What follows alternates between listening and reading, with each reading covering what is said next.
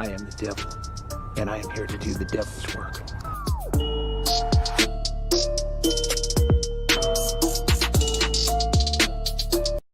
Yeah, flexing off on the job. I love it. Fuck that noise. Man, I've already done so much today. I went to the laundromat, did all my laundry, went grocery shopping. Yeah, I'm not doing anything else today. Yeah, no. I've done too much this week, so I'm like, no. I'm gonna be a piece of shit on Saturday and just like chill and have a good time. I get to be a piece of shit tomorrow. Yeah. Cause I gotta do laundry, but that's really it. And see, I did my laundry. It's just not gonna get folded for a couple weeks. Yeah, that's okay. You know, accept the chaos that's in your life. So I like fold laundry like maybe once every 2 weeks. Once every 2 times I do laundry, it's folded. I just don't. I hate it. I can't. Yeah, I've gotten better about it, but I still will throw things on my dresser and be like, "This is it. This is my life." I keep it all shut up in my laundry room, honestly. I went to the laundromat and I did the laundry, so my wife should fold the laundry. Yeah, I mean, like, split up the tasks. Before she left for work, she goes, "You need to clean the house and do the laundry." And I'm like, "Babe, I'm already doing podcasts and I gotta stream later." But wife, I have a podcast I'm working on. I'm doing other things. I'm doing after this stuff. I'm gonna go clean the bathroom, and then I'm gonna sit in the tub with a glass of wine for like 2 hours. Nice. Yeah, I'm already having a Leffe, which is a Belgian blonde, so I'm a little day drunk. It's fine. That's awesome. Yeah, because I picked some up yesterday because I was like, this has been too crazy of a week. Because I had to go to court to deal with, like, basically I got pulled over because I didn't have my car registered for Georgia, and I've been here for 3 years. So it's kind of like, you know, I can't be really that upset about that because, like, I broke the rules. That's on me, dude. I get it. It's fine. So I had to go to court and deal with that bullshit and get my car registered. So I did that this week. Oh, also had a flat tire on Monday, so I had to take care of that. And then I had 3 job interviews, and I'm like, no, we're not doing this. This is too much, man. Week. It is. It usually isn't this busy. Just one of those things is too busy for me. Yeah. I don't know how I did it, but fortunately I did it. You did it. I did it. I did the thing. I was an adult. I was such an adult. Yeah, I went to go to the laundromat this morning, and I went to turn left, and my wheel just wouldn't move. So that was weird. Yeah, at first I was like, oh, cool, my power steering went out. I'll deal with that later. But then all of a sudden, as I went to turn it, something clicked, and then it just turned fine. And I was like, that's probably not a good sign. Probably not. No. Yeah, I'm trying to think what that could be. I thought power steering was the first thing that popped into my head, but then when it started moving fine again, I was like, I have no idea. Yeah, I'm hoping it's just the power steering, so it's not that hard to take care of. No, I just replaced my wife's not too long ago. It happens. I hate working. I build trucks all day long. I don't want to come home and work on my vehicles. Yeah. You're like, I am carred out. I have had too many cars in my life to deal with more cars, right? I've had 1 car so far, and I'm riding it till the wheels fall off. Yeah, same. Because I think I've had mine since. I got it used before I went off to college in like 2008, and it's still doing really well. The AC doesn't work too good, but, you know, I'm hoping that if I get the job that I want that I applied for this week that is going to pay significantly more, I can get that fixed. Nice. Yeah, hope you get it. My first truck, I've had 3 vehicles. My first one cost me $500, and then I got hit and totaled out by a woman. So the insurance company just gave me a $500 check because I just had the PLPD on it. Mm-hmm. And then, so I took that $500 and bought another shitty ass Cutlass, like a '92 Cutlass.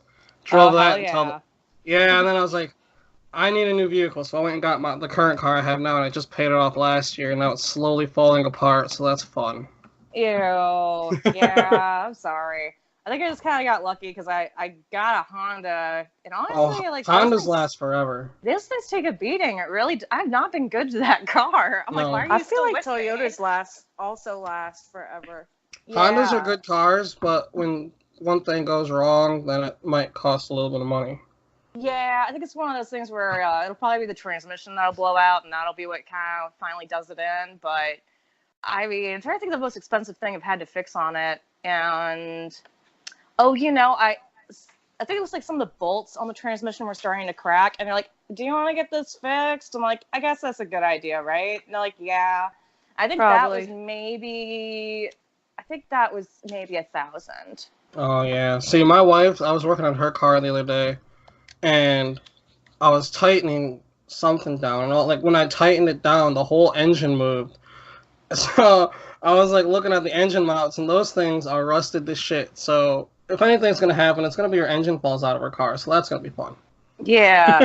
It's like, well, I mean, like, hopefully you can get that fixed before it happens, but that can be kind of pricey. So I think you have to lift it out, don't you?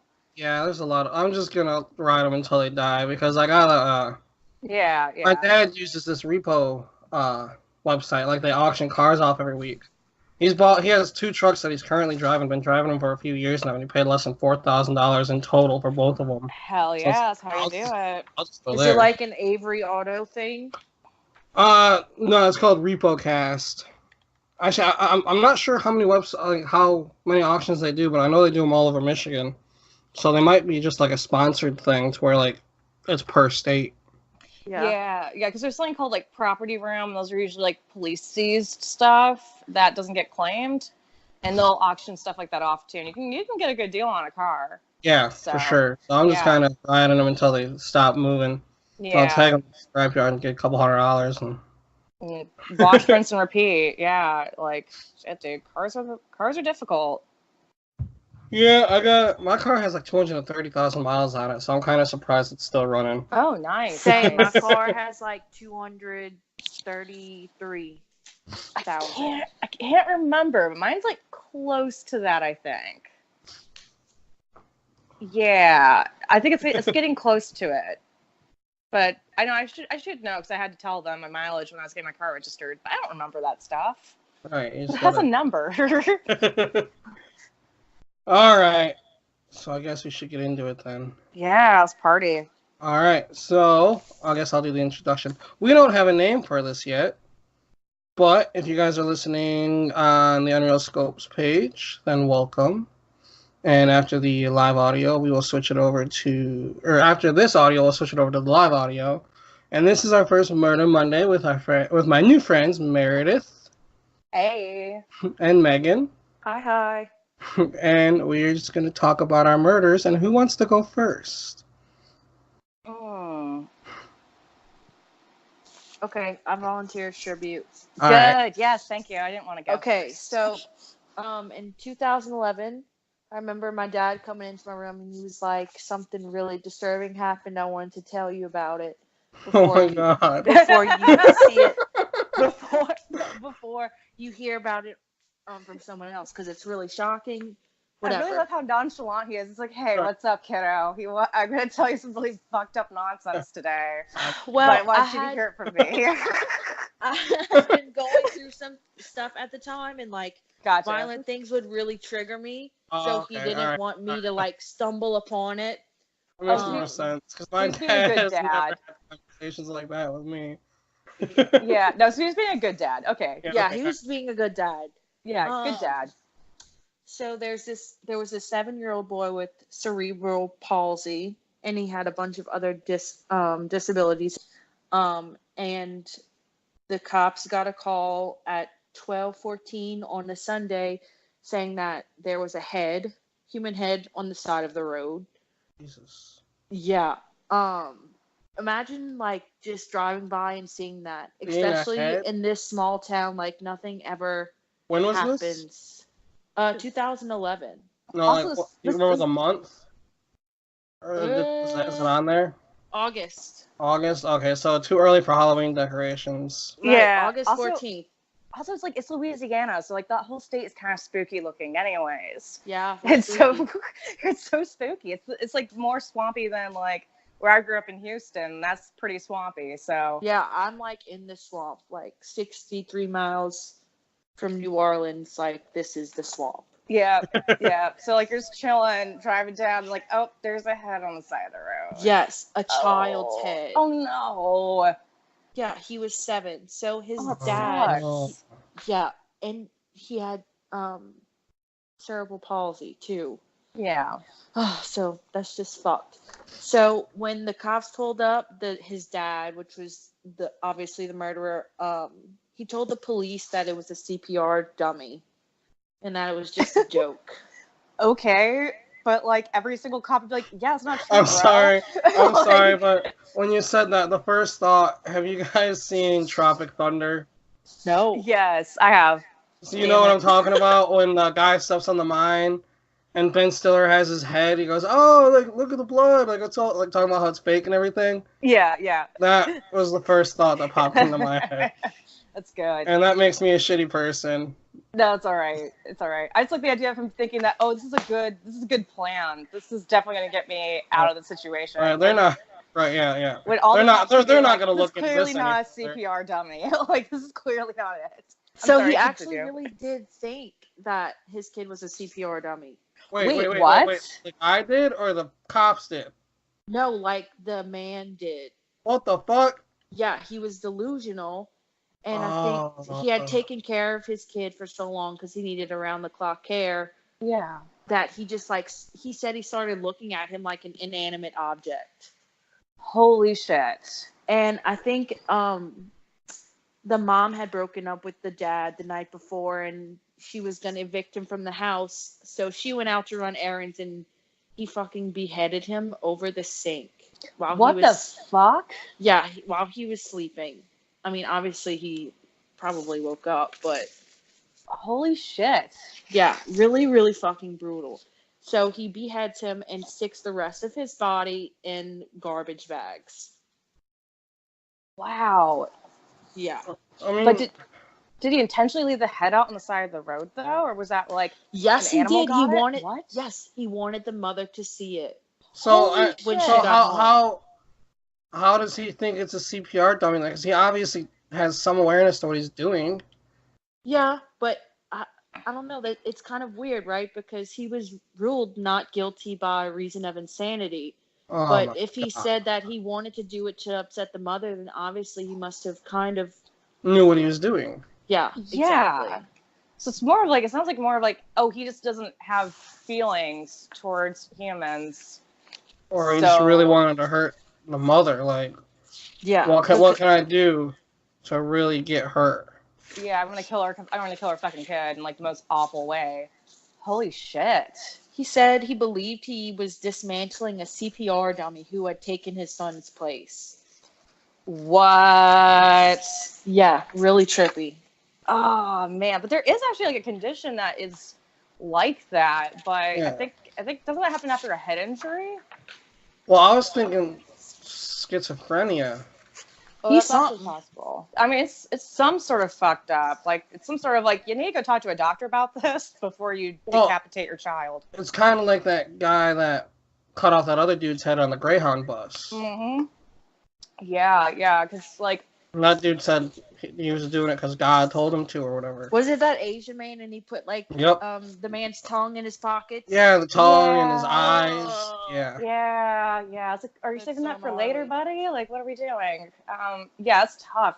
But also, like, hey, if he is schizotypal, like, a schizotypal person who especially isn't diagnosed does have a stressful event like a divorce, they could go into an episode. Right. So it's like maybe, but I kind of to leave the head out on the side of the road though for the mother to see. Fuck. Right. Because if he knew, like, if he was quote unquote, saying it's a CPR dummy, then why would you leave a CPR dummy's head on the side of a road? Exactly. Right. Oh, Also, so how fucked many up. people passed by and just like didn't even notice it and didn't even know they passed by like a child's head on the side of the road? Exactly. I think about that all the time because, like, You really never know. You really never know. That's why I'm like, just stop and look at it for a sec, and then be like, if you got a weird feeling about it, go ahead and call the cops and say maybe this could be nothing. It could just be a mannequin.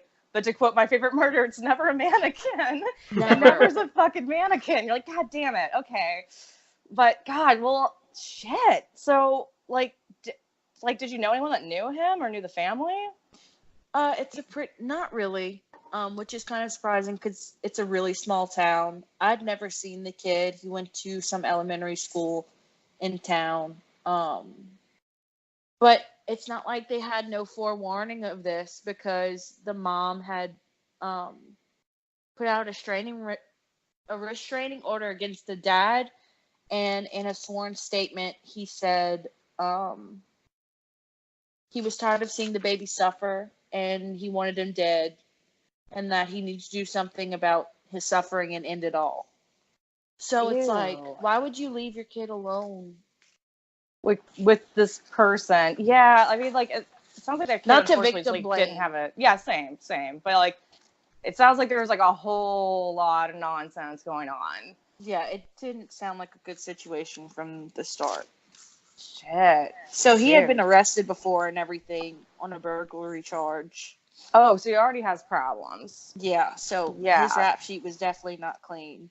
Jeez. Damn. Yeah, see, he had what'd you say, a restraining order? Yeah, in Yeah, 2004. Mine has similar things. See, it's actually funny because, like, one of the big breaks in the case that I'm going to cover, it did go down in 2011. It was, like, the big break. So this is kind of fun to have it, like, all kind of, like, sort of blend over. Right. Yeah. Jesus.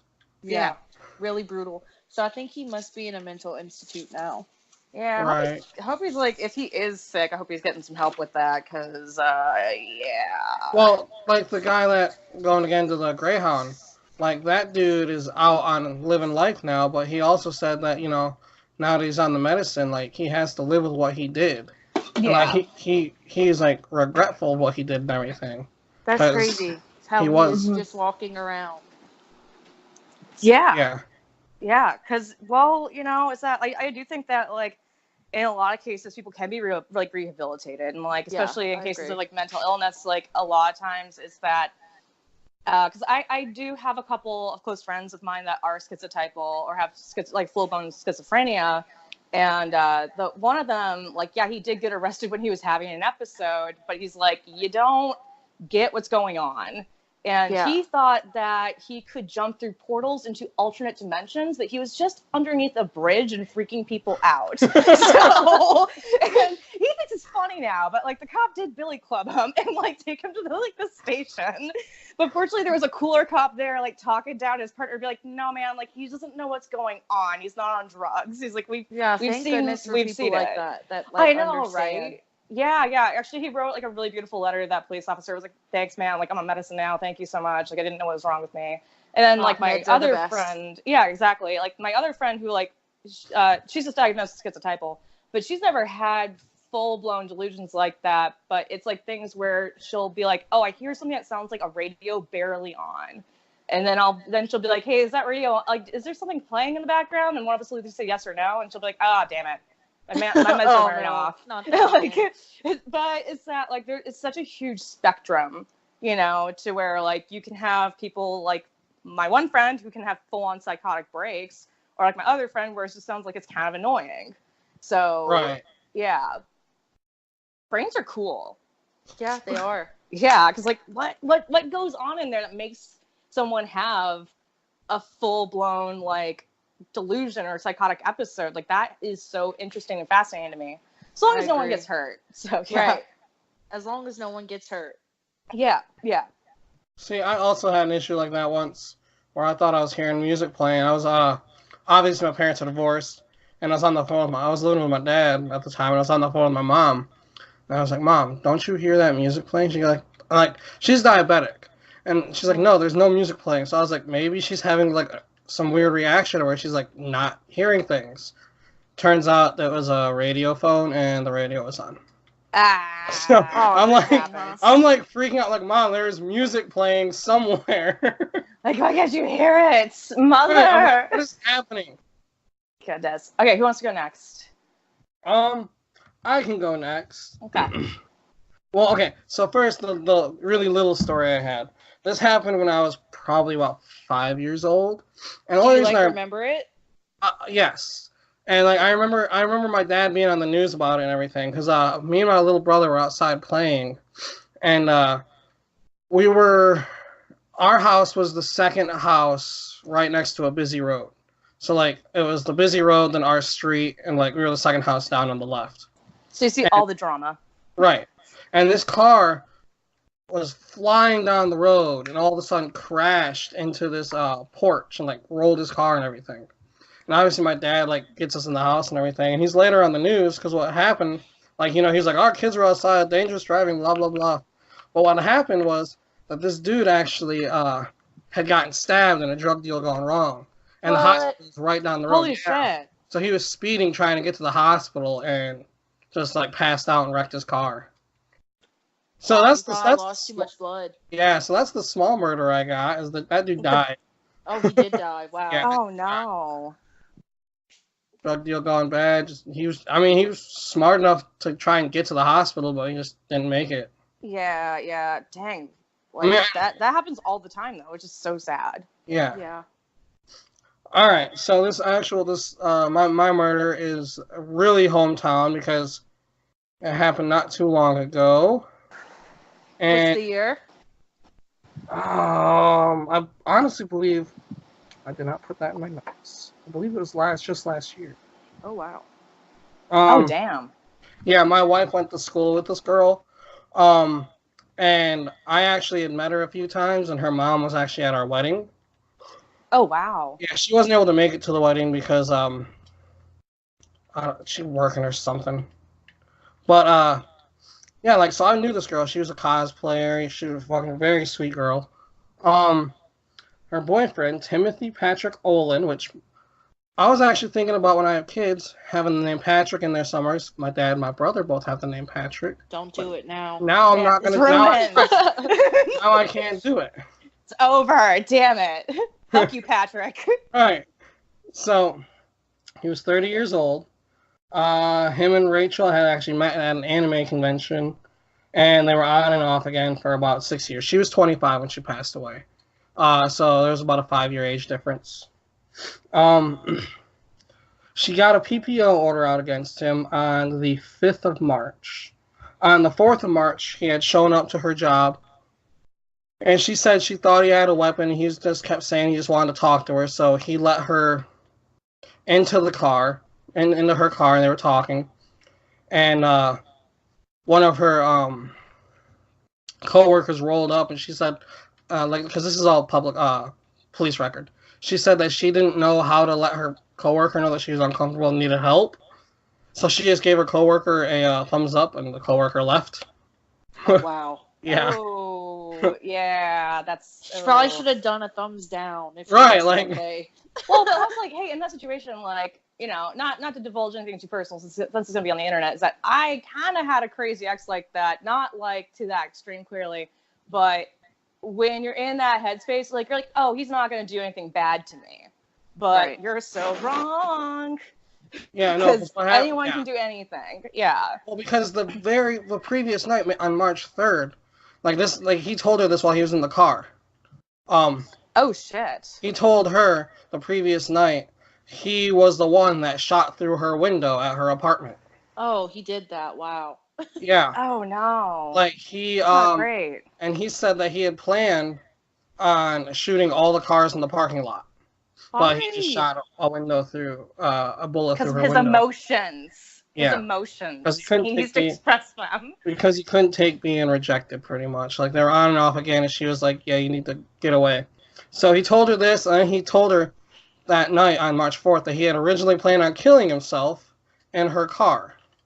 Oh my god. That's With her- gross. So they were just like talking in the car. Yeah, and he was like telling her all this shit. So March 5th, she goes out and gets a PPO on him. Yeah. She had like a 4-page document of like just handwritten accounts of like all this like harassment shit he had been doing. Can I say that I feel like PPOs rarely work? They don't do shit, and I'll tell you why. So, where am I?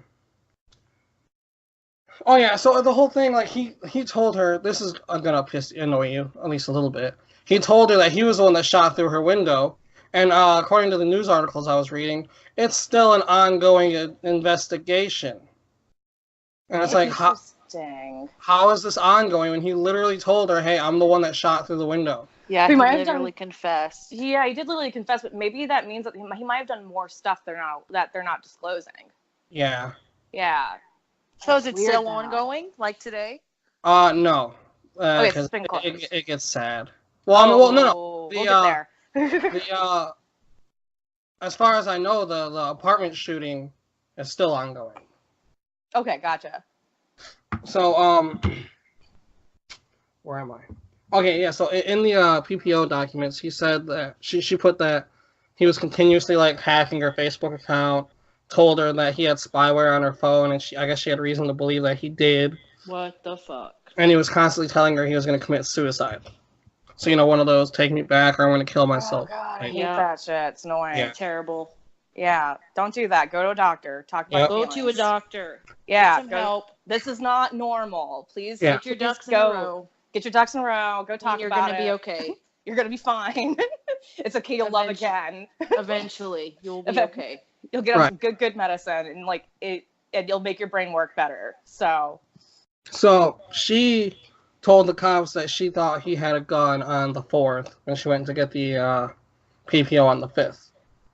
okay, gotcha.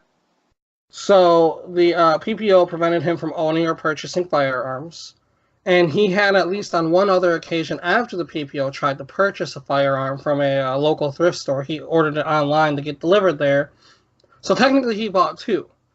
Now thinking about it, because he ordered the one online, waiting for it to get delivered. While he was waiting for it to get delivered to this thrift store, he went to the thrift store to buy another one. But they did a background check and said you can't buy it. Your federal background check said you can't buy one. Oh, good work. So Thank God, it finally works. Good right. work. But the thing is, shouldn't him even attempting to purchase one be a violation of his PPO? Absolutely. So like that why just isn't adds in like another layer of the whole like gun stuff, which that's a rabbit hole we can definitely fall down another time. Yeah, no But shit. that like that's not great, because it's like, hey, if someone who has a red flag on their record is trying to buy a firearm, Then they're gonna probably get it somehow. they're gonna get it somehow, because you can get it. You can get creative. Right. So they need to sort of report that to the cops and say, yeah, so homeboy came up in here and tried to get a gun. I didn't sell it to him, but we wanted you to know that. Right, exactly. Like, if something comes back, they should be, like, automatically reported to the police, regardless. Like, because, like, maybe the guy, like, some people obviously might not know that they can't buy a firearm. That's fine. But if this dude literally just got a PPO put out on him and now he's trying to buy a gun. Yeah, absolutely. And also, I feel like, hey, if you were trying to buy a firearm and they said no, like, hey, there's something on your record, wouldn't you go down to the station and see what was going on? Right, exactly. Yeah. And I feel like so many murders happen because people just fail to report little bitty signs like that.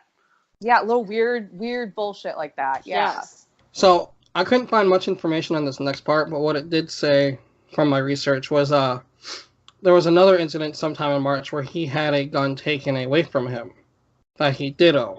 So I don't know if that was because of the PPO got ordered, so they went and took his gun away, or if there was another incident where they were like, hey, you can't have this gun, you have a PPO. You know what I mean?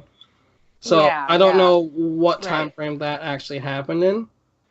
After the report of the PPO got issued and everything, the police got a hold of him. Like, they responded to the call, because right after he left her from the car, like, she called the police. They visited him at his apartment, and they convinced him he should receive psychological evaluation. Good. Gail, who is Rachel's mom, says that he stayed there for about a week. She said it's hard to speculate what could have been avoided if Alan had received more treatment. So he was there for about a week and then left. So, also in the research, he had been in the hospital a few more times, but never against his own will. Okay. So he was he was receiving psychiatric care. Yeah. Okay. So this is gonna upset you. Oh. Womp, womp, womp. On March 26th, he rented a handgun and bought ammunition at Total Firearms, which is a gun range here around Mason. Not give a fuck if I'm slandering them, because they really fucked up. Because they don't do. Clearly. Okay. Yeah. So, if you can't buy or own a firearm, you shouldn't be allowed to rent them at the shooting range. I'm sorry, but Yeah, I agree with that. Yeah, I agree with that too. I feel So- like it kind of like I defeats don't the know who would purpose. disagree with that. Yeah, he rented it and used it at the indoor fire range for about an hour. And then he walked out of the business at about 3:21 p.m. without returning the handgun. So he just Of course. walked right out. And they just were like, "Cool, bro. We'll see you later." Like, how do you not notice that? Yeah. I don't know. Because maybe they don't pay their people enough, so they honestly just don't give a fuck. But Well, they should give a fuck. they should a give lot all. of fucks. They should give all the fucks. Because like Yeah. you're basically stealing a firearm at that point. Exactly. Yeah. So he went to he went to where she worked, which was Joanne Fabric. She worked there because she was a cosplayer, so she liked being around all that kind of stuff. He showed up there about 4 p.m., so it took him about 39 minutes to get there. He entered Joanne Fabrics. There were about 15 people in total in the store. He began an argument with Rachel. He then shot her multiple times before turning the gun and killing himself. Ugh. Holy shit! Can you imagine witnessing that? And the thing is, once the cops found out where the gun came from, when they contacted Total Firearms, they didn't even know the gun was missing. Are you kidding me? Whoa. Oh no! And this place is still in business today. How? Wow. I don't know. You got me, man. It's insane. Like That's That horrible. is such bullshit. like this hit my wife really hard. Like I remember, I was just like consoling her and everything. She was crying, and she was like, "We should be going to her wedding, not her funeral." And I was like, "I know." Yeah. Like How old 25 was years. he? 25. She was 25. That's- He was 30. Oh my god! And I know that I'm not that far from 25, but like, a lot of life happens to you between the ages of 25 and 29, and that's Yeah. like heartbreaking because like you are just starting to get it, man. Like Yeah, you're just starting to getting live your your shit life. together. Yeah, and figuring out like, hey, I like this stuff, or like, oh, I really want to do this with my life. Like you're in such a beautiful moment in your life for growth, and like, how dare someone have to kill someone at that age? It's terrible. Yeah. Right. And then this piece of shit just comes along. Because Yeah. he can't take the rejection. I don't want to be single. I want her to touch my penis. Because I What think is- it's probably magic. Like, I mean, I'm being a little optimistic here, but at the very least, those other people were not hurt because he could have gone. Yeah, on he the could have. street. He could have just started shooting everybody in there. Right. absolutely. So it's like, hey, this is a shitty situation, but at least you didn't go total ape shit. Right. Yeah. So, like I Yeah. said, Rachel's mother, who is literally, like, she's one of the sweetest people I've actually ever met. Like, she was at the wedding, she hugged me and congratulated me. This was my first time Aw. meeting her mom, and everything. And she's like, my wife introduced us, and like I was like, oh yeah, I know your daughter, blah blah blah. Well, also I know But, that like, hey, if you're like active in like the con circles and stuff, like that's a really Yeah. small world. Like everybody Oh yeah, knows really everybody. it is. Like one person said about her from one, like he met her at con, like where'd it go? Rachel just loved everybody and saw the best in everybody. If you love something, you're going to continue to do it. And she loved the kids she assisted because I guess she helped out with like other people's cosplay. Tika. Hi, puppy. Pup. Yeah, there's people are doing work in the apartment below me. Yeah, so the dog's supposed to say hello. Another guy said she was overwhelmingly positive. She was so happy to meet people who had the same likes as her. So, like, obviously, Joanne Fabrics was probably one of the best jobs for her to have. Yeah. Damn. So, her mother said, I don't know if we can make any sense of what happened. We can't undo it. It makes no sense to hold any animosity. In honor of Rachel, she vows to help others get through this tragedy, especially Olin's loved ones who are also struggling to make sense of this tragedy. What a And- nice human. And then she said, I would say to keep our children's memory alive. We never ever thought we would be planning our funerals for our kids. She had spoke to Alan's mother, and she plans to attend his funeral as well. Oh wow, what a great human being. Yeah. Wow, she's like, we need more people in this world like that. Right. Yeah, Yeah. because I mean, his Ooh. parents lost a kid too. Right. Yeah, So obviously yeah. she had known that he had some sort of mental issues. Yeah. Like at the very least, she knew that he was a troubled person. Right. Like not that excuses what he did in any way, but she knows that like we gotta move forward. We can't stay in this spot.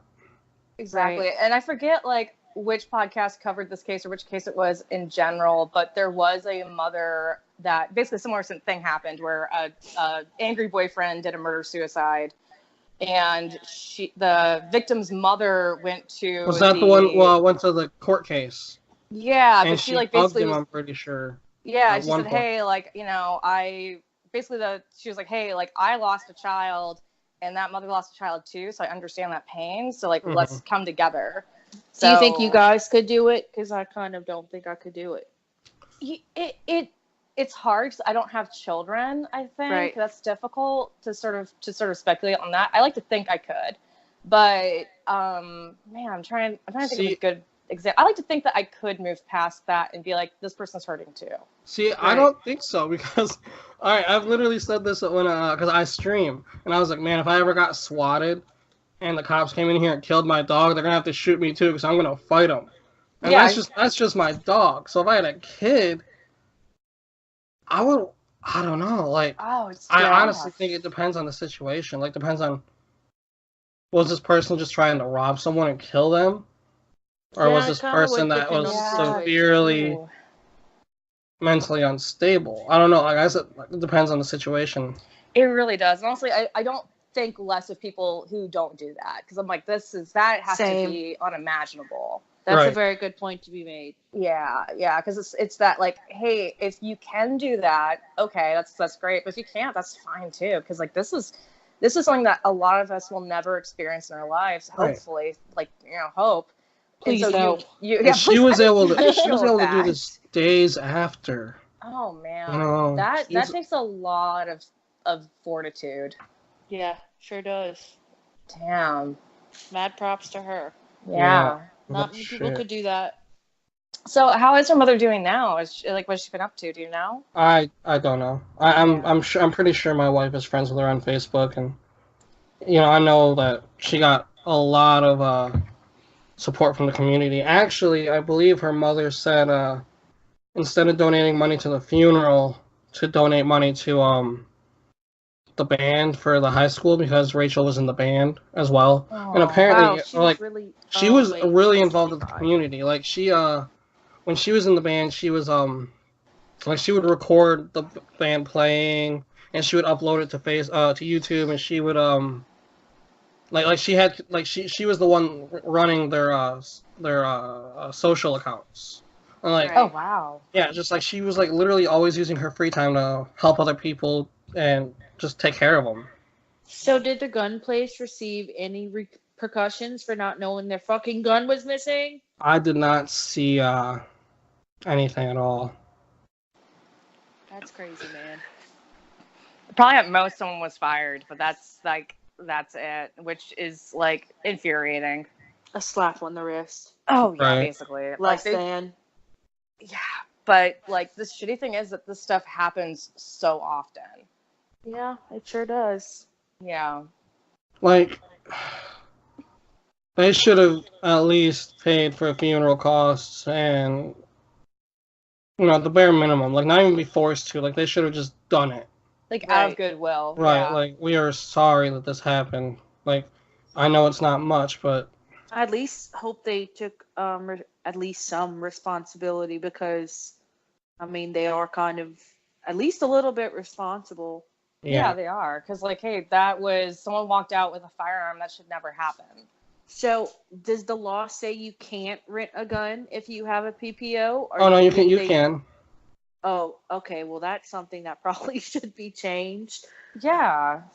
It's like, who's to say that he couldn't have just, like, open fired in the gun range either and killed a bunch of people? That's like, also a really good point.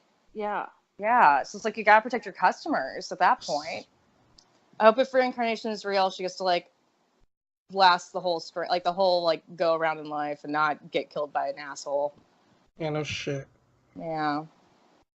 I mean, reincarnation could be a thing, but that is a whole other that's a whole other episode. We can talk about the Lord another day. We can talk about the swaddling baby Jesus any day, but not today.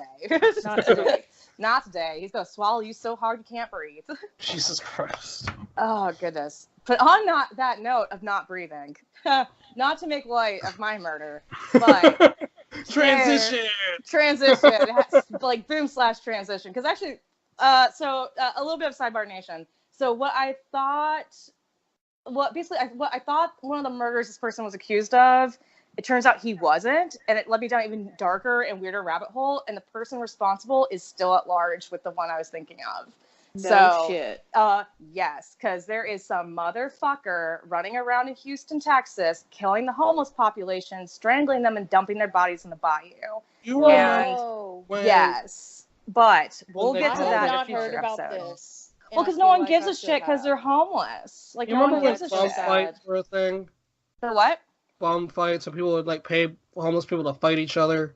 Oh yeah, that's I've really never fucked up. heard of that. You've never I heard heard about of that. that? I heard about was a that. It was huge thing in like fucked the early 2000s. It Yeah, was like so it's- fucked up. It was kind of like Girls Gone Wild, but for homeless people fighting each other. I'm not even kidding. Like, I'm not even kidding because people were selling these videos. Oh my god. Because I feel like it's only okay if like it was like two homeless guys who were friends like do so like go grift these people and they'll like sort of do like a WWE sort of style Oh, they were where legit. no one's actually hurt. But no, they were like but they were legit doing that, which is so horrible. Yeah, but no, That's like- it's not. I'm sorry. Pretty fucked. Yeah. All right. Yeah, but that's probably a topic for maybe a future episode when I can get more information on it. Because when I was doing some research on it, they're like, oh no, since like 2013 to like 2016, like 13 homeless people have been found strangled in the bayou. Jesus Christ. Yes, so that's 13? 13. So like this guy's still at large. So it's that like no one gives a shit because they're homeless. And it kind of does tie into this story because this guy's been active for a very long time and no one gave a shit because they were sex workers. So, yes, ladies and gentlemen and friends beyond the binary, today I'm going to tell you about, drumroll please, the monster of Pasadena, Texas. Because he does not have a sexy name, so I gave him one. So that maybe people will actually pay more of attention to it. No, because like he has been like, this motherfucker has been brushed under the rug because of his victims are on fringes of society. And so he easily could have assaulted or killed more people, but no one's coming forward because no one knows about him. So give him a fun name. Now people know about him. So Right. Monster of Pasadena, Texas. So clip to 2002. I was 12 years old. And I was living in Lake Jackson, Texas, which is about an hour away from Houston, about 30 from Pasadena. And I used to like wake up early and like read the paper with my dad because I'm like, ooh, I want to be cool and be like refined and stuff, even though I'm 12. Even though I'm 12. Even though I'm 12. And I had just watched a documentary on the BTK killer, who at that time was still at large as well. Right. He's a Should piece not of have shit. seen that. I was 12. Yeah, fuck you, Dennis. Like, Fuck you. fuck you and your dumbass poetry. It sucks. Like, it is not so good. hard. It is Did you bad read the, poetry. Article his daughter did for people. I know she just came out with a book or is coming out with a book. Yeah, I would I really heard- like to read that, I actually. heard about it, but I definitely want to read it. Like, I haven't read it yet, but I would definitely want to. She seems cool. And I'm like, hell yeah, you can party with us anytime, but fuck your dad. And She she'd probably agree. looks like him. I mean, obviously. I 'cause know, that's his it's daughter, but- awkward. Yeah. But anyway, so cut to 2002. And so I'm reading the newspaper with my dad, and I read an article about a woman who has been found strangled, bound, and left underneath a bridge. And her name was Patricia Payette. And she was a known sex worker. And it was just sort of a small little blurb, but I was like, Dad, that's so close to us. Oh my God, it's so close to us. I'm like, do you think it's BTK? Dad. He's like, what? He's like, I'm like, do you think it's BTK? He's like, it's not BTK. Calm down. Like, you're 12. Why are you worried about this? I'm like, but I want to know. And so he's like, stop. Like, this is kind of like, you're being creepy. I'm like, fine. But honestly, I never really forgot about her. And so she was one of the many that sort of like would sort of make little small blurbs on the newspaper, being like, oh, a sex worker was found near like, you know, Pasadena, and she was bound and strangled to death. Don't know what that's all about, but that's the thing that happened. Right, And so like here- sort of like really greatly here- dismissed. And now to sports. And now with sports, like, yeah. So very Yeah, much like aw. that. So, which sucks. It really does. And so it sort of gets all put to the sidelines. So the case goes cold because they don't know who did it. And honestly, the police don't really have, also it's 2002. No one's woke yet, so it's that like part of it is they're like it's a high risk lifestyle. Right. They're still also, they're still hookers and prostitutes. Yeah, yeah, exactly.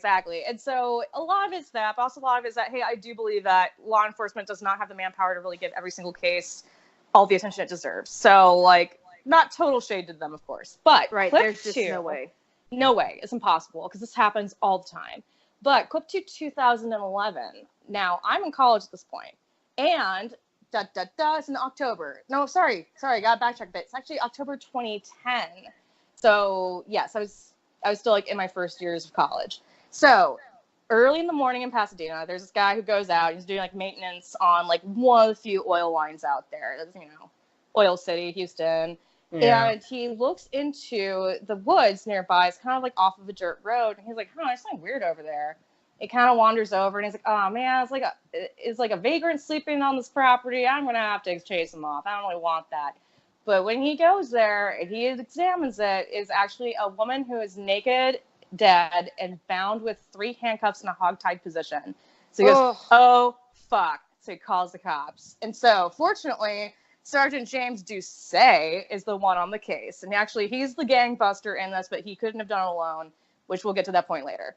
So he rolls up in there, and he's like, okay, let's examine the scene. And so it's funny because there is the only sort of media I've been able to find on it is an episode of the first 48. And it's kind of like, yeah, exactly. It's the only one. He's like not even the full episode. He's like the tail end. And so he like rolls up there and they're like, okay, is there a purse? I'm like, oh, thank God there's a purse. So they start going through it and they're like, and the narrator's like, and they found contents that would insinuate that she does sex work. And like, yeah, she got a knife and some lipstick. And I'm like, is that a thing? No, fortunately, she does have identification in the purse. So whoever did this was not smart enough to take that away from her. And her name is Sarah Stanford. And she is new to the area from Mississippi. And so, unfortunately, she doesn't have a whole lot of friends or coworkers, like I said, call them. So they didn't have a whole lot of leads, but they did call her family. And I think it's important to say that she was basically a single mother of 3, and all of her children were grown. And so she moved out to Houston to start over. And, she had addiction problems and she also did sex work, but she's like, hey, I want to start over in this new city. Yeah, I do sex work, but whatever. I'm going to do other things too, though. And so she was only in Houston for like 6 months before this happened to her. And her daughter described her as like a good, kind-hearted person, very forgiving. She raised 3 kids all on her own. And she was more than a mother. She was my best friend. Can I just say that I think when a victim is found hog, it disturbs me so much. It makes it so much worse. And the West Memphis 3, if you've ever seen footage of that crime scene, it's so harrowing because they're 8-year-old boys and they still don't know who the fuck did it. And I know they were hogtied, and that it fucked with me so much for a long time. It's so fucked up. And like if you watch the first 48 hours episode on it, like one of the investigators of the crime scene, like he looks at the crime scene and is like looking at her and he's like, I can't even fathom the fear she must have had.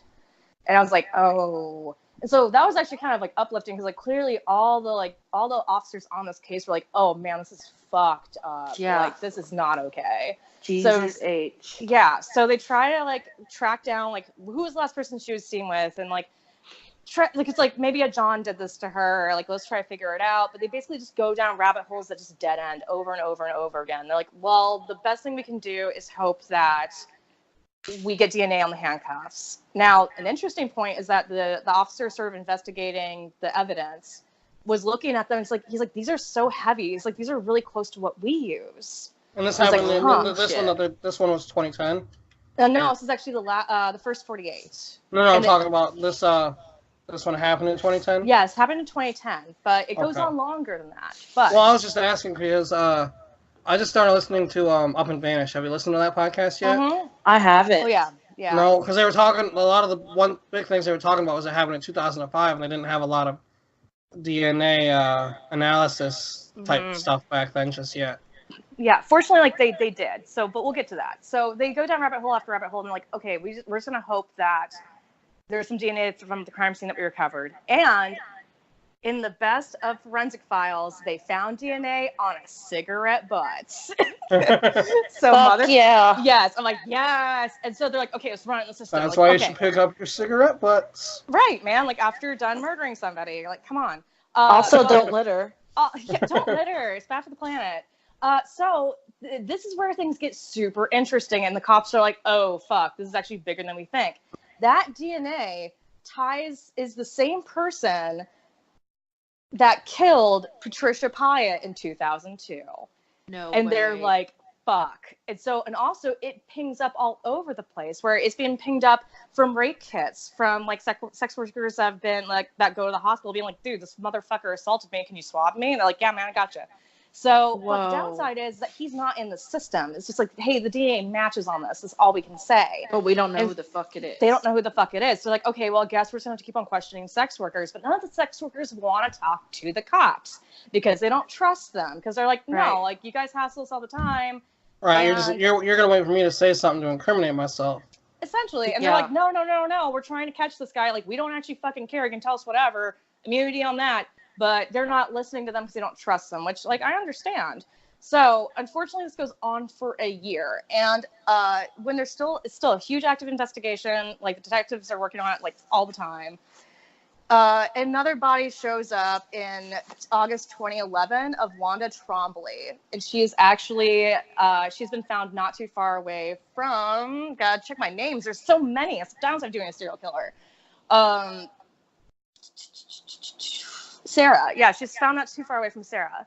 And so they're like, ah, shit. And so they were able to identify her. They weren't able to recover much DNA off of her because she was mostly skeletal remains. And so they were able to track down her family who still lived in the area. She lived with her adult daughter at the time. And of course, her poor daughter's like distraught and like the detective's trying to say like, hey, can you tell me anything that you know? Like, I know your mom was a sex worker. Do you know like the customers, any customer names that she might have dropped, like told you? She's like, no, my mom didn't talk about that with me. She didn't want me to know. So I can't really help you. But all of a sudden she gets an idea. She's like, hey, actually though, she's like, I remember my mom telling me that one of the ladies that she would work with was actually violently assaulted by this guy. And she's like, I don't know who this guy is and I don't even know what he looks like, but maybe you should track her down and see if she knows more. And they're like, hey, that's a good idea. So I don't know the name of this woman because she chose to remain anonymous, but they do track down the sex worker, thank God. And she says, basically she doesn't want to work with them too. She's like, no, fuck off. I don't want to talk to you. So Sergeant Toussey says, okay, listen, I know about what you do. I know what you do for a living, but no matter what a person does for a living, they do not deserve to be treated this way. All of you are in danger. He's not going to stop, so we have to put an end to this, but I need your help. And so she says, okay, all right, I'll tell you what happened. So it turns out in June of 2011, before Wanda was discovered, a large reddish blonde haired man with thick glasses, like picked this person up for, intercourse, being like, hey, I know what you do. Like, hey, do you want to go to a motel? And I'll give you whatever your rate is. And she's like, okay, yeah, man, I'll do that. But instead of going to a motel, he takes a air quote wrong turn and goes down a deserted dirt like road. And he pulls her out of the car. Yeah. This is starting to sound really more and more familiar now. Yeah. Like it might have pinged up. Also, like this is an MO for a lot of people. Yeah, But- it sounds Ed Kemper-ish. Oh, it so is. Like, it so is. And this guy kind of looks like Ed Kemper too, but like redhead. So like, ew. Yeah. But anyway, so he drives her off a dirt road, and she's like, ooh, I got a bad feeling about this. And she definitely does, because he finds her, very violently assaults her, I guess I should say, and then beats her repeatedly with what was like, she said it was like a mop handle. And then he was going to kill her, but he gets a phone call. And it sounds like it's an employer. And so she's able to kind of like get close to the car, and she looks inside the car to see like the contents. And she sees there's a bunch of security guard uniforms in there. And she's like, okay. And she waits a second, and she's able to get free, and fucking Ives survives this episode and like gets out of there. And she doesn't report it to the police because she doesn't want to get busted for being a sex worker. Oh, shitty. Yeah. And so the cops are like, this is fantastic. Like, thank you so much. But do you remember his name? Like, do you remember like any sort of like any more information on him? She's like, unfortunately, no. But here's the thing though. She's like, a lot of girls I work with know this motherfucker too. And he's done fucked up shit to them as well. Let me go get him. And so she sort of goes out and like rallies the sex workers. And they're like, listen, we got to take down this guy, or as we'd say in like 2019 terms, we got to cancel him. So we're going to all go to the cops and talk about it. He's canceled. We're shutting it down. Because like, we're not tolerating this anymore. She's killing us. So, and the cops want to help. So we're going to help the cops to like take it down. And so some of the sex workers are like, all right, we'll do that. And so they interview all of them. And it's like basically the same sort of thing of like, hey, creepy ass, tall, redhead guy. Like we think he works in security, but they're not getting any more information until one of them remembers a very key piece of information. And that is, she's like, wait, I remember. She says, like, on his uniform, there was sort of a company logo and had something to do with storage. And they're like, oh, ding, ding, ding. Okay, motherfucker, let's check this out. And so they run like the sort of like where security for like storage units and stuff in the city. And there is a security facility, storage facility really, really near where Sarah and Wanda were discovered. Ping, so ping, ping. They're like, fuck yes. They're like, hell yeah, this is our jam. We're about to get this guy. And so they run the information on the security guards there, and they do find one that has a red flag. And his name is, I don't remember his full name, which is good because I don't want to because he's an asshole. Because I lost my place because I got excited. Anyways. Oh, yeah. Stephen Andrew Hobbs, who was actually booked a year prior for a motorcycle violation that he did not show up in court for, so they have a mugshot of him. Now, at the time, they didn't take DNA from him because they're like, this is a minor offense. But they showed a mugshot to all the ladies they talked to, like, out of the lineup. And they're like, oh, yeah, it's this motherfucker right here. Yeah, that was a messed up one that did all this stuff to us. And like, okay, we got him. So in October of 2011, they go in gangbuster style to the storage facility and arrest him. When he complains about the cuffs being too tight, the cops give each other a look of, yeah, fuck this D-bag. For real. Yeah, like for real. So they get him in and they're starting to question him. And he's like he's clearly, there is a video of this in the first 48 hours and it's like so interesting to watch because he's immediately being defensive. Well, send a link to this episode when we're done here. Oh shit, what is, like, where are we at right now? Oh yeah, we're almost there. It's okay, I'm almost done. So he's all being like, oh no, I've never hurt anybody in my life. I'm not a horrible person. He's like, the only bad thing I've ever done is pick up sex workers. They have not fed him this line. He's already giving it to him. And he gave himself away. Because even better, where like the interrogator is like, okay, well, you know, all right, so you do pick up sex workers. He's like, yeah, I pick up sex workers, but I haven't murdered anybody. And there's a beat of silence. And the interrogator says, I never suggested that you murdered anyone. That's interesting why you say that. And he gets all tense and he folds his arms. And so the interrogator just like really, I know, right?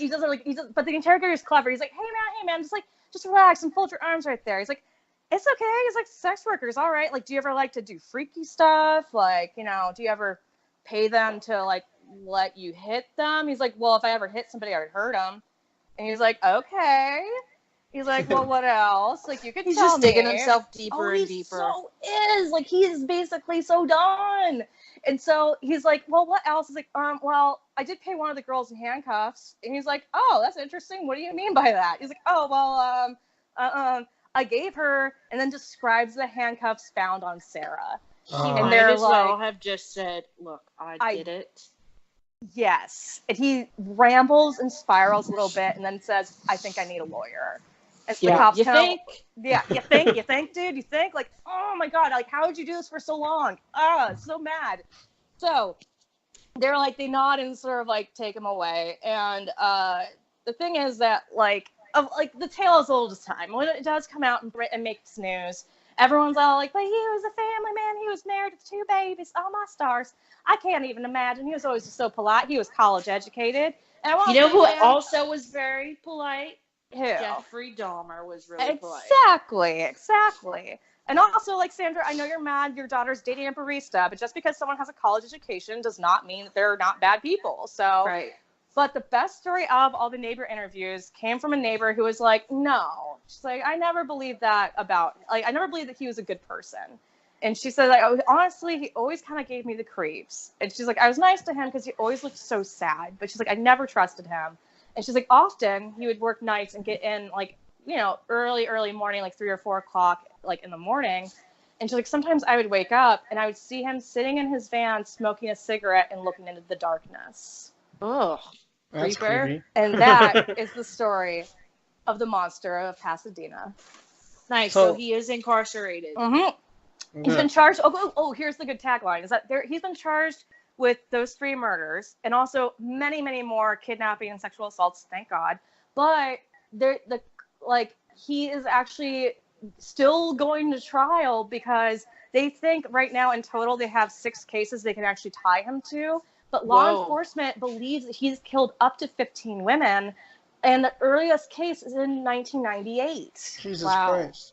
Long Yeah. time. This is in Texas, right? Yeah, it's in Houston, Pasadena, So, Texas, is but there- technically outskirts of Is Houston. there still the death penalty? Oh yeah, no, they're seeking death penalty for him this time around, but it got that the newest case is going to trial for they want to do the death penalty for, but it got delayed because of Hurricane Harvey. Oh. Yeah, so he's been like in and out of court since like 2011 because that's how much shit he's done. And we Wow. don't know. And so like here's the thing is that there's so many missing people or so many Jane and John Does, like they're even investigating into Louisiana because they're like, this guy could have gone out to Louisiana and done that. No shit. Oh, so this could have been like a federal thing then. Yeah, but it's like it's hard to get the communication to work. So like it's tough. And also I would say that like I don't think he just limited himself to sex workers. I think it's that the sex workers were the ones that actually busted his ass. And so Right. like they knew more. Also, this is why we need to criminalize sex work while I'm on my platform.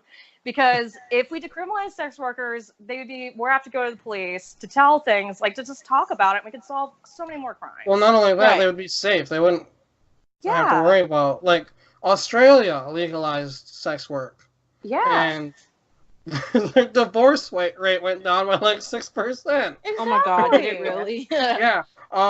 The divorce rate went down. Obviously STDs is going down. The sex workers are safe. The people that are going there know that they're not going to get robbed. The sex workers know they're not going to get killed. Like it's Exactly. But also so that like sex And workers know your secrets. And Right. so like even if they don't like do anything weird to the sex worker, they can say like, hey, I know that you're looking for a guy who did like this really weird fucked up murder. And I want you to know that I had a John who came to me and was like, I want you to lay down in a bathtub full of ice cubes and pretend to be dead. And she's like, I think I got this kind of weird, but here's his information. Have fun with that. So, because like they know things about people. So I'm like, dude, like make it legal so that we can solve all the crime through their know-how. Have you seen that show on Netflix? I think it's called Bondage. Is that what it is? Oh, I haven't watched I think it yet, it but is I've called seen Bondage. It's like each episodes are like 15 minutes long. It's actually pretty good. And she's a mistress, and yeah, it's pretty cool. I It's like funny. it. You have to give it a watch. Me and my wife binge watched the hell out of it. At first, I was like, I don't want to watch this. This looks weird. And she's like, deal with it. Right. So, have you guys watched the Ted Bundy movie? Yeah. Oh, the Yeah, yep. Shocking Yeah, Dead that People. Yep. I haven't seen it yet. Yeah, I watched it the other day when I was sick, and I didn't have super high expectations to begin with, but it was all right. I think Zac Efron did pretty all right. I had high expectations simply because I have a man crush on Zac Efron. He is beautiful. No one judges you for that. Like, Well, the thing no is, one. like, I used to hate him because I was like, oh, High School Musical, but he is actually, like, a really good actor. Like, He is he actually wa- very good. good. he won me over in Neighbors, is what it was. Yeah, Like, he was really good in Neighbors. Yeah, I liked that movie a lot. and this movie, like, he did a good Ted Bundy. Like, if they wanted to make a different type of Ted Bundy movie, I honestly think they should have Zac Efron play the part. And I understand, like, this was actually, it was based off of the book that his girlfriend wrote. Yeah, I read that one. I Yeah. did not know she wrote a book. And Yeah, there's a I'm PDF So- about to online. read that. I completely understand, like, the way they were trying to portray him. Like, it was the way that she saw him. Right. Mhm. But at the same time, it's like, dude was fucking dead people. And they didn't mention that once. I Oh, always really? forget that he was a necrophiliac. Yeah, he did a lot of weird stuff. Like he would paint their fingernails and do their makeup, and then like the ones he really liked, he'd keep their heads for a while. Yeah, like, he had a Ugh. pile of heads. Like, they didn't Like- mention any of that. Like, Like, you they know, they are literally so just weird. really focused on the co-eds. And that was like, come on, like, Oh god! Oh really? That's kind of yeah, disappointing. that's really all he was, focusing on. So Like, at they didn't- Florida State, they have something called the Bundy Trail now. Really? Yes. Yep. It's back there behind where that happened. Yeah. Ew. I mean, if you watched the last podcast, you know Henry's story. Or listen to the last podcast where he got kicked out of that house. Yeah. Fucking Henry. Getting into all Like, kinds of mischief. I would have done the same thing though. Yeah, I'm not gonna lie. Like I wouldn't have felt good about it. I was like, oh, so Ted Bundy. Yeah. Get out. God, Ted Fuck. Bundy. Fuck that guy. He sucks. Yeah, he sucks big time. Yeah. Yeah. Also, like, if you ever watch like the court cases with him, like, this guy's such a douchebag. He is such a dick. I cannot did like believe how he they had did the that. nerve to propose. At the end of the movie, how they had the scenes that Zac Efron performed, like with actual Ted Bundy like footage. I liked how they did that because Zac Efron did a really good job of He portraying. really did good. He really did well. Yeah, okay, I'll watch it. I'll probably watch it today since I'm mainly Yeah, in watch bed. it today. Let us know. I'll what you think. report back. And also, I did watch the Bundy tapes though, and that was pretty good. Yeah, I like that. I mean, it wasn't anything we didn't already know. It was just hearing it from him. Well, here's Honestly, the thing, though. y'all, I Yeah? would rather listen to the actual tapes. Well, yeah, but here's the thing: is that like the tapes, those tapes were never like really hard released to like the public. It used to be that you had to buy this one book where this guy like transcribed all of them. Right. So Oh, really? like that. So the Ted Bundy tapes was like the first time I got to hear some of them. right. Yeah, especially the whole like whispering, like I took her head to the canyon. I'm like, dude, you're so weird. Stop it. Yes. Like, stop it. Cut it out. You're being so weird. Ted, cut it out. Ted. look at Also, me. how shitty is it that he wanted his ashes spread where he dumped both of I his know. victims? Oh, I'm he's so so glad they creepy. didn't do that. Yeah, I love how everyone's like, no, we're good. No, it's like fuck you. Like what? Oh yeah, And they used to go up there and dig them back up and like fool around with them. Like why? Ugh. Like Also, how did it get that far? if you look at his when he's dead after the execution, you look at that photo, his eyes like look the same as they looked when he was alive. It's like there's Mhm. nothing. There's Shark nothing eyes. there. Dead cool shark eyes. story. My psychiatrist met Eron's Joseph DeAngelo. Holy shit, really? Yeah, she was in the same working in the facilities, and she got to say hello, and she said there's just nothing there, like Yep. behind. And she said he just looks like a wise old man. Oh, he's so fucking creepy though. Holy Yeah, shit. he Like, is. Ugh. oh, he also did weird ass shit. Like where I'm like, what are we doing? Like stop this. He He's had so creepy. mommy issues. Oh, like bad. whoa, because apparently he had a portrait of his mother in his bedroom. Shut up. And that could be hearsay, but like, okay, I did follow the Golden State Killer for a while, but honestly, like, ever since I was possibly 12, because I was into that shit. I was young. I was way too young to be in this shit. But I did sort of give it up a whole lot because I'm like, there's no way we're ever going to find this guy. Like, there is no way. Because he's probably already dead, and that's why the murder stopped. And so the day he was arrested, I was actually, I was having a depressive episode, as we like to call it sometimes. So I was super depressed, and so, like, my insomnia was acting up. And so I woke up at, like, 2 a.m., and I couldn't get back to sleep. And I was like, well, I guess I'll look at my phone. I pull up my phone, and, like, within minutes, there's a news alert saying the Golden State Killer, like, has a suspect that's been arrested. I'm like, wait, what the fuck? And so I'm, like, Fuck yeah. I scrolling was through and really start excited reading to it. see that. Oh my God, I know we finally got him. It was like winning the Super Bowl. Like, it was amazing. It was just like the Super Bowl. It was so good. It was like everything just kind of weirdly fell into place where you're like, oh, that makes so much sense. Yeah, okay. for sure. Oh gosh, I'm just so glad he's been caught. Like, I'm interested to see what new information develops from this. So you know that we're gonna get some. Do you think he's gonna die before he's No, actually, before I don't. trial? I don't. You I don't think so? No, I think because a you're right. lot of people think that because every time they show pictures of him, like as time progresses, he just looks fucking worse and worse, which he deserves it. So Definitely. But no, actually, like Paul Holes, who was like the guy like really in on it, which I'm sure you guys both know who that is. He said that no, like up until his arrest, he was like riding his motorcycle going 80 miles an hour on the highway and like doing like piece of shit and like being really athletic and like doing all this stuff. He's like, no, he's a very able-bodied man. He's like, this is an act. He's like, this is an act. So people yeah, no, definitely, because like you do see this with people like him where, in order to sort of like throw suspicion or not seem as dangerous, they will honestly starve themselves to make themselves look weaker. So he's like, this is an act. Like Ted Bundy did the same thing. Yeah. So yeah, so it's like, no, this is an act he's playing in order to look weak and feeble. He's like, that's not real. Don't believe it. Wow. Yeah, because he's perfectly coherent. Yeah, no, so I don't think he'll die before he sees trial. Now, mind you, I think that like he'll probably die shortly after he's convicted, but at least he'll get convicted. Yeah, definitely, because he's in too good of shape. Wow, so, I'm really surprised to hear that. Yeah. Oh, this is also a cool thing that I learned from like the Reddit and also from other like news well, also this actually was confirmed by Paul Holes. This is why I'm like, I do think this information is not just hearsay. So when they went in to sort of like after they arrested him, he's like, I have a roast in the oven. Like, yeah, don't worry about it, dude. So fuck your roast. Like, yeah, fuck you're your not roast, gonna man. get that. Yeah, it's okay. We got like Manwich at the prison. Like that's kind of close, right? So they go into sort of like case the joint, right? And so when D'Angelo was, I'm not even gonna say allegedly because like he's such a high match. We know he did it. Like fuck it. Yeah, he did it. He did it. So like when he was like assaulting and raping these women, what he would do, which is a weird thing, is that he would turn the TV on, turn it to a static channel, and throw a sheet over it. Weird. And they said that when they went into his house, in his bedroom, there was a computer monitor on with a sheet over it.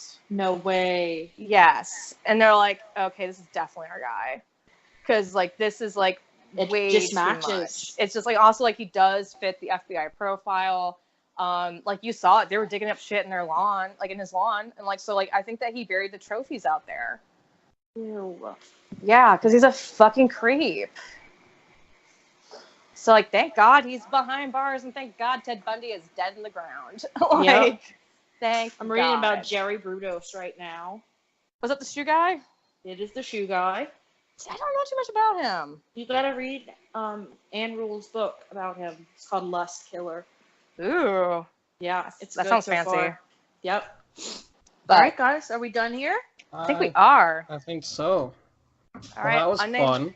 The Unnamed Podcast is signing off, I guess. That was fun. We don't have a closer yet, because we don't even have a name. All right. Hooray. All right, bye, guys.